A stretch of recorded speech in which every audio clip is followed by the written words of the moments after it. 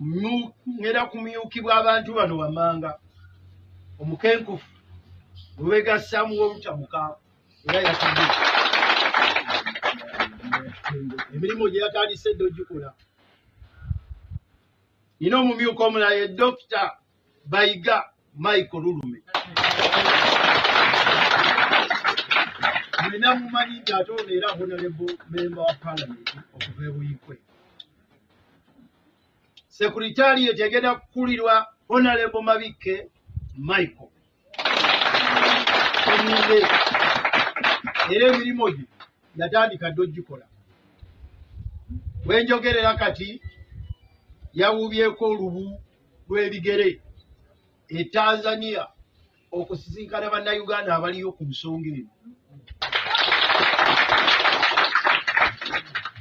agenda kumyukibwa omukulu Kasirye Joseph Emmanuel gwe mumanyi obulungi tulina ekitongole kya finance and resource mobilization akikulira ye Honorable Juliet Kakandi Kikomeko era atalaga buli kifo kyonna tujja babuulira bajeti yaffe obunene bwayo n'essente zonna zigenda kuva mu bannayuganda kubanga bazitusuubiza mikwano gya Honorable Masasi Mpuuga agenda kukola ne Honorable Charles Tebandeke okuva ebbaale akulira ebyamawulire ebyammwe ye mukenkufu ennyo gwe mumanyi obulungi Honorable Joyce Baagala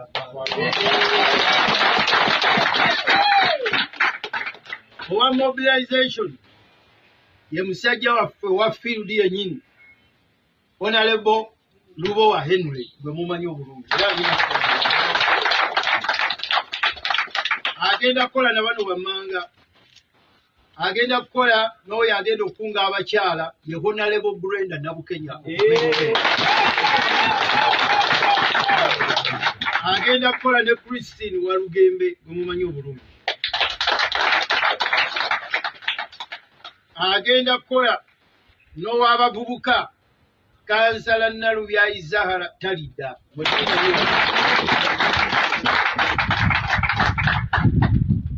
agenda kukola n'omwami Ssaabakristu ate mabega kaawo abadde deputy chairperson waffe wano wetubeeredde mu bigambo biri ebirala ye mukulu Robert Sempa tulinayo wano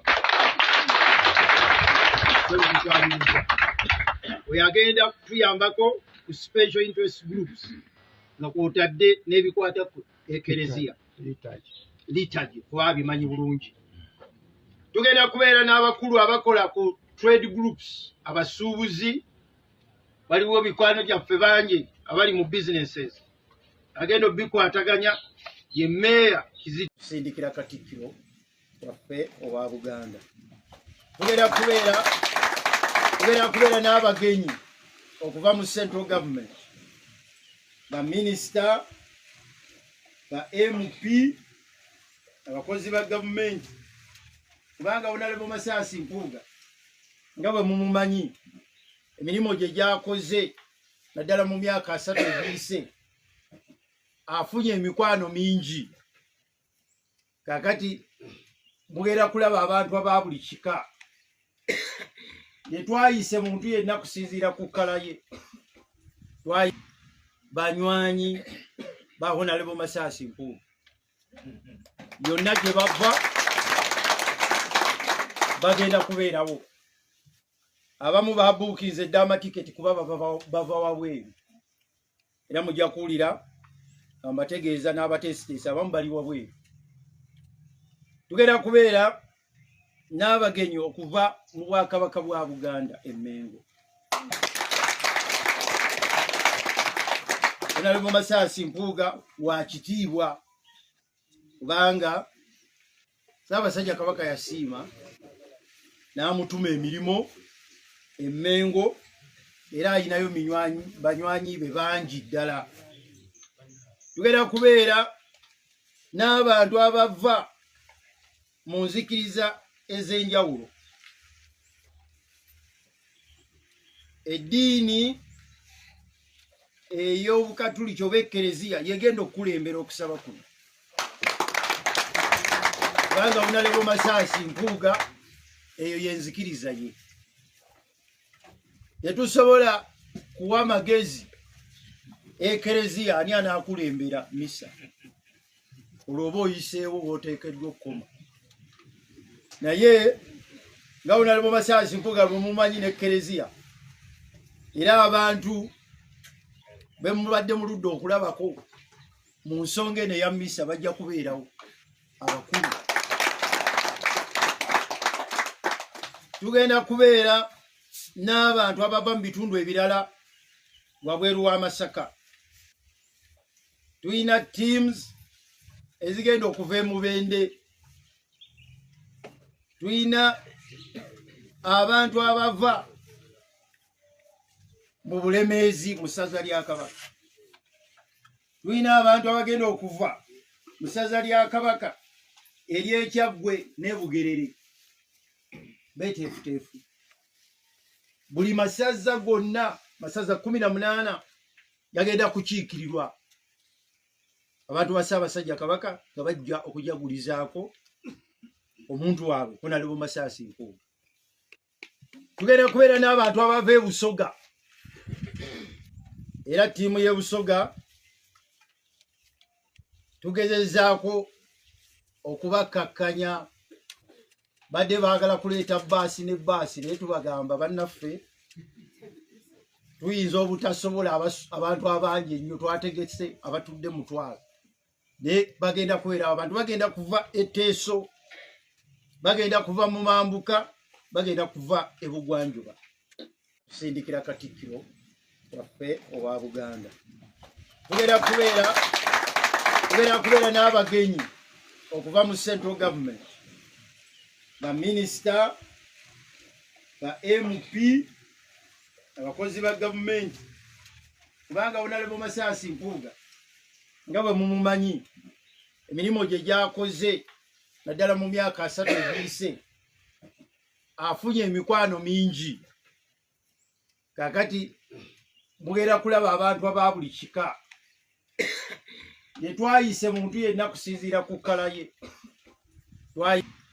Banywanyi ba Honorable Masaasi Mpuuga yonna gye bava bagenda kubeerawo. Abamu babuukiza edda amatiketi kuba bava wabweru. Era mujja kuwulira ambategeeza n'abateesiteesi abamu bali wabweru. Tugenda kubeera n'abagenyi okuva mu Bwakabaka bwa Buganda e Mengo. Honorable Masaasi Mpuuga wa kitiibwa kubanga Ssaabasajja Kabaka yasiima n'amutuma emirimu e Mengo, era ayinayo banywanyi be bangi ddala. Tugenda kubeera n'abantu abava mu nzikiriza ez'enjawulo.